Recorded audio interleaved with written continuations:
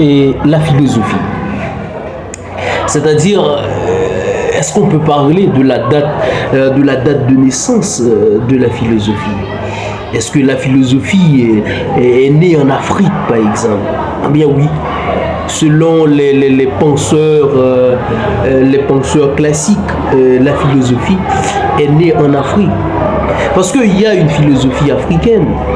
Il y a une philosophie haïtienne aussi, avec les œuvres de Anténor Firmin, L'effort dans le mal, et avec les œuvres de Solon Ménos et l'affaire Ludès, les Mnémoniennes, et avec les livres de Virginie Sampeur aussi. Ce sont des œuvres philosophiques. Revenons avec la naissance en gros de la philosophie. On pensait que la philosophie était née en Grèce, mais c'est une confusion extrême. Et le lieu de naissance de la philosophie, c'est en Afrique.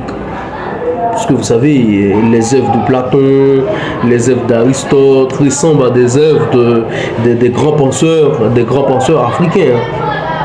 Donc, si on peut parler de la philosophie occidentale, on peut dire que la philosophie est née en Ionie et à Milet. On peut dire que d'où vient l'origine de tout ce qui est. La réponse à cette question fait appel à les mythes, les dieux et les récits pour trouver une réponse à certaines questions. Le monde est-il périssable? Existe-t-il un créateur? D'où venons-nous?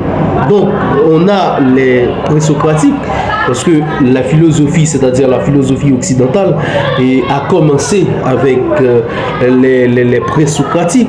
Les présocratiques, c'était des philosophes avant Socrate, mais on peut toujours critiquer et on va postuler, comme Emmanuel Kant, il y a eu des postulats, etc. Donc, le mot, il faut dire aussi que le mot philosophie a été, ou bien le concept même, on n'entend pas concept, c'est la représentation abstraite et mentale de la réalité. Et les présocratiques, ils sont divers et multiples, mais on va parler des trois présocratiques. Donc il y a Thalès, et Anaximandre et Anaximène. Donc il y a tout un ensemble de divisions. Division pour le père de la philosophie. On peut dire que Thalès, selon Michel Onfray, selon des philosophes modernes ou des philosophes actuels, ils nous disent que Thalès est considéré comme étant le père de la philosophie antique.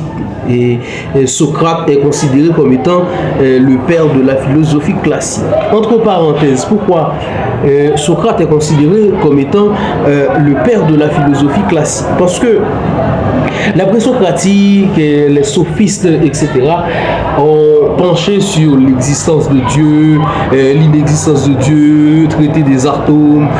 Mais c'est l'arrivée de Socrate. On ne peut pas vraiment dire que c'est l'arrivée de Socrate. Il y avait le courant cynisme, le chien comme Antisthène.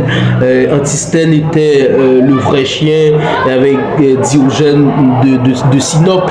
Diogène de Sinope disait que le chien vaut mieux que l'homme, etc. Donc il y a tout un ensemble de citations. Donc les socratiques, vous savez, les socratiques, c'était des figures essentielles. On a Socrate, vous savez, Socrate n'a rien écrit, et on connaît les pensées de Socrate à travers les écrits de Platon. Vous savez, Platon, après la mort de Socrate, il va avancer avec la naissance même, est-ce qu'on peut dire ça, la naissance du christianisme, avec le monde sensible et le monde intelligible, plus précisément le mythe de la caverne tiré dans le livre 7 de la République. Donc, vous savez, Socrate était, bien Platon était en contradiction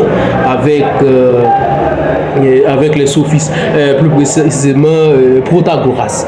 Et on va revenir sur les discours de Protagoras.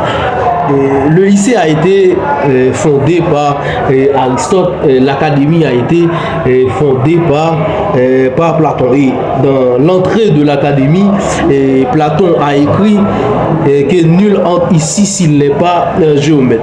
Mais j'aimerais vous parler de la querelle philosophique entre Platon et Aristote. La question de l'idée qui mène le monde.